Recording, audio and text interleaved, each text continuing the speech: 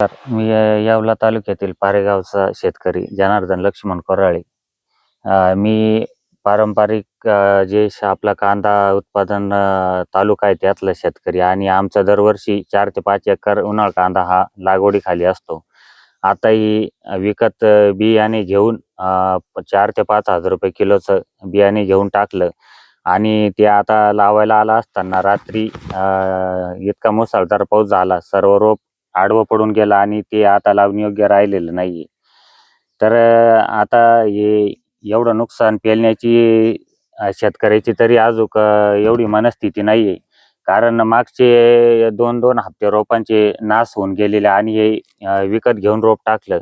तर याचा सरकारी पातळीवर याचा विचारून याचा पंचनामा झाला पाहिजे आणि थोडंफार रोप शिल्लक आहे त्याला तरी सरकारने शेतकऱ्याच्या मनाजोगा भाव द्यावा, अशीच माझी तुमच्याकडून सरकारकडे अपेक्षा आहे.